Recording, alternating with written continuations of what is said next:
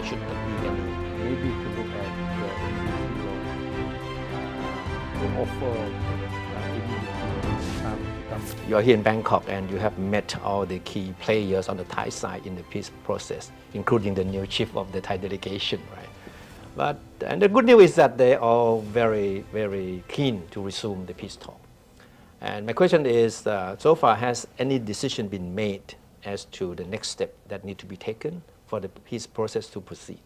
The aim of the visit is to hear from the government, the new government, Yep. what is the plan ahead. It is a good visit where I understand what is the plan of Royal Thai government. Now my task is to go back and to see the panel member of the BRN. So to answer your question whether we are ready for the talk, yes. Thailand suggested that the first talk should be done within this month. However, now is mid-January, mid of the month. I'll try my level best to talk to BRN so that we can resume the talk as soon as possible. If we are not possible, we will do it in February. After a meeting with you, Kun Chachai, the new chief of the Thai peace talk delegation, in an interview with reporters, said that he is hopeful that he can get something concrete done. He mentioned a peaceful solution to the conflict in the south, at least by the end of this year, as the earliest, or by the early next year as the latest. So do you think he's too optimistic? Yes, and also no. It's good for us to have a plan. Okay. It's good for us to have a target. However, as I said earlier, I need to speak to BRN whether they are ready to do a robust dialogue and discussion. I'm optimistic that something concrete will happen this year. However, whether we can sign the peace agreement, it depends on the appetite of both sides. So it's too early for me to say concretely that we are able to do something concrete at the end of the year until I met and discussed with the BRN members. Now, in the absence of the peace process, which has been stalled because of the internal issues in Thailand, right? Yeah. Have you been in contact with the BRN representatives? Yes. And what have been their signals so far? The signal is they are also eager to proceed. There are a lot of discussion done within themselves and also with me. Am I right to say that the next round of meeting will be confined only to the representatives from the Thai side and BRNs? Because in the last session in KL in February, there was an agreement that the talk should be open to other groups involved in the conflict in southern Thailand. Yes, I think the first dialogue should be focusing on both. Both have got to agree. I've suggested to both that the first dialogue should be what is the agenda for the year. Yes, we will touch on substantive issues such as the roadmap, GCPP. However, we will not be doing in depth on that. So if we have an agenda, a plan, I think it is beneficial for both to plan ahead, so that each dialogue we were able to meet some objective. So the first meeting will be focusing on what are the objectives of each meeting. What do you think will be the most important element of the next session, the first session, that will demonstrate that both sides are open, are ready, and committed to achieving a solution? I think one of the challenge that I have is to explain to BRN what is the end game, what is the end state in which I've already discussed with the chair, PDP, Mr. Chachai. In principle, they have got the plan or the end game to be explained to BRN in the first dialogue. It may be just a broad brush and state or end game. However, at least it will give some hope and also the direction for BRN to work too. And obviously, on their part, they have got to digest and discuss and make a decision of what will be the end state of the dialogue or the peace. In the aftermath of the last session you facilitated in KL, you visited southern Thailand, right? And in an interview with me on that occasion, you said you met a lot of people on both sides of the border. And most people believe that they were beginning to see light at the end of the tunnel. Now, almost a year has passed. So the light that people believe they were seeing back then, is it getting brighter or is it getting dimmer? We think, or I should say that, we think of circumstances. Because after that dialogue, the parliament dissolved, and then PDP is only formed in December. However, I am optimistic that the light is still there. And from my visit this week, the light is getting brighter. PDP chair said that before the panel is not able, do not have the we call the authority to sign any documents, so-called. But he has mentioned to me that if possible, the roadmap, if it's agreed upon, it must be signed by both parties. So that shows that Thai government is serious, is willing to put pen on paper. I think now the honor is on BRN to reciprocate. In your interview with me in March, you admitted that one of the challenges you were facing initially was to build up confidence in Malaysia's role as facilitator, right?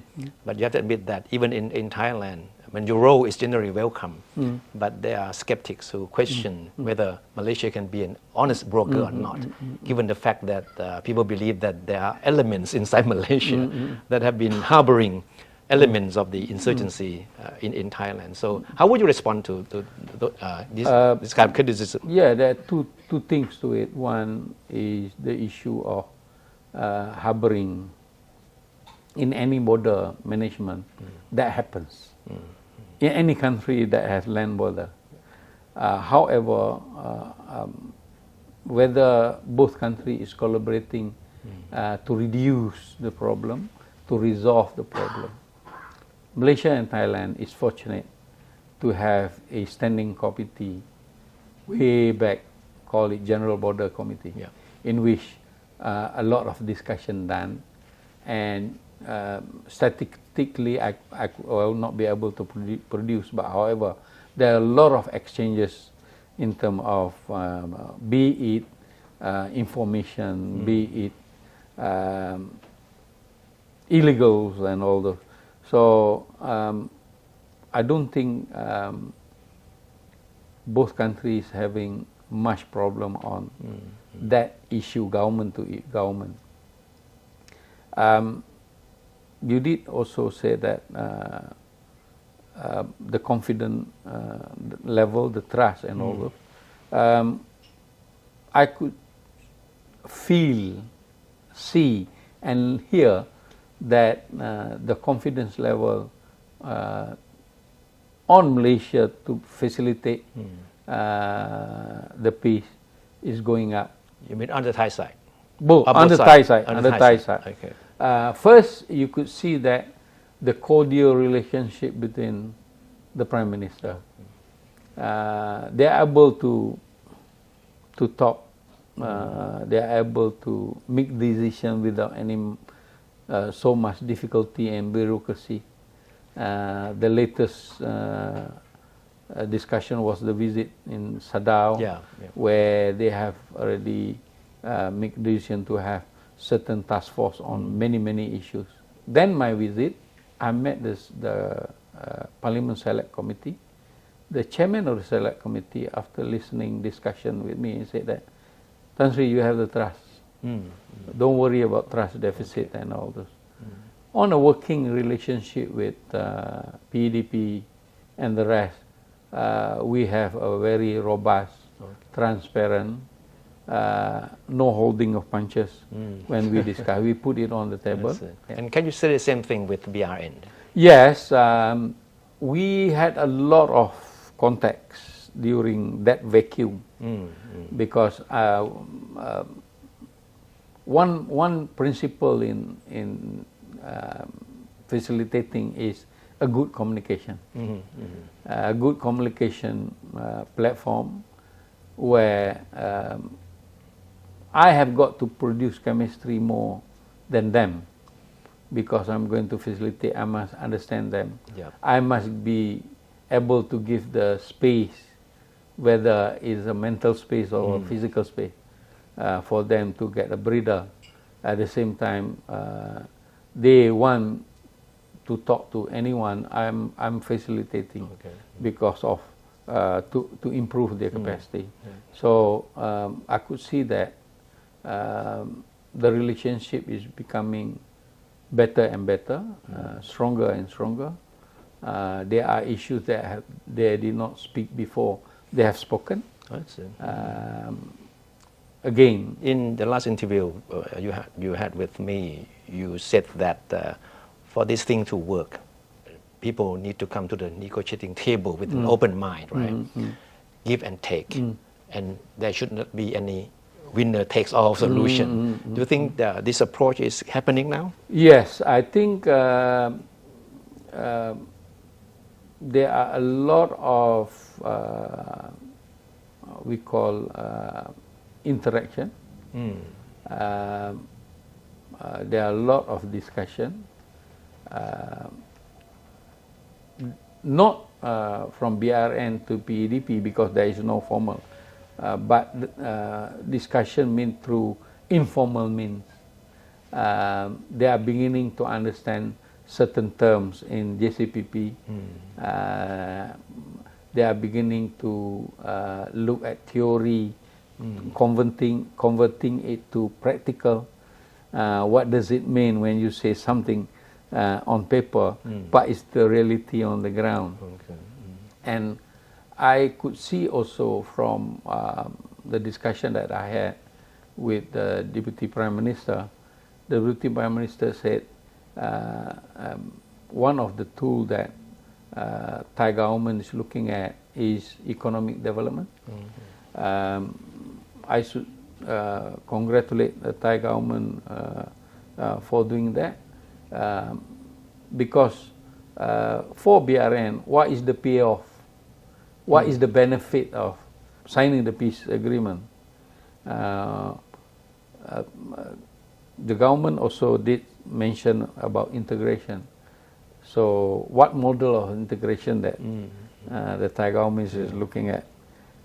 All those have got to be articulated, understood by me, and hopefully PDP is able to explain it to BRN. And BRN have got to reciprocate. If they agree, what sort of agreement? If they disagree, what are the areas they should be improving? So because of that agenda and discussion and subject of discussion, that's why I'm optimistic that it will move. Going back to the last session you had in KL in February, what was the atmosphere like? The body language, the way that the two sides communicated with each other, and your role, I mean, practical role in that particular environment. What was it like? To be fair, I took over in January, and less than 1 month I was the facilitator for the Yeah. dialogue. I do not have much literature. I do not even meet most of them.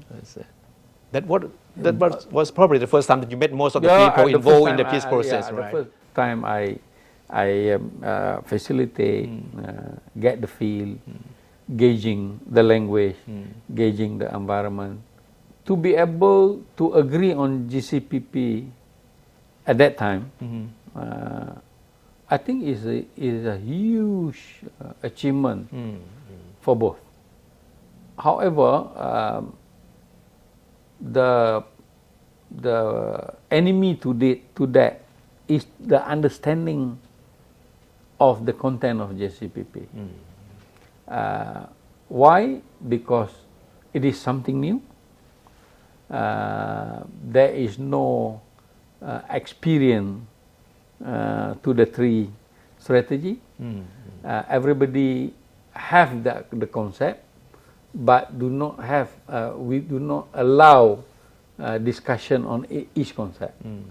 So based on that experience, I think that is the reason why the first meeting that we are going to do is to discuss a bit on that. It is by default.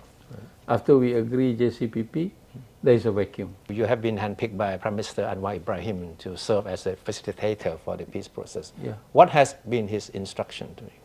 Okay. He said to me three things. I bring it everywhere. One, Malaysia doesn't have any hidden agenda. Number two, improve the trust deficit. Number three, do it transparently. So I'm doing this all the time.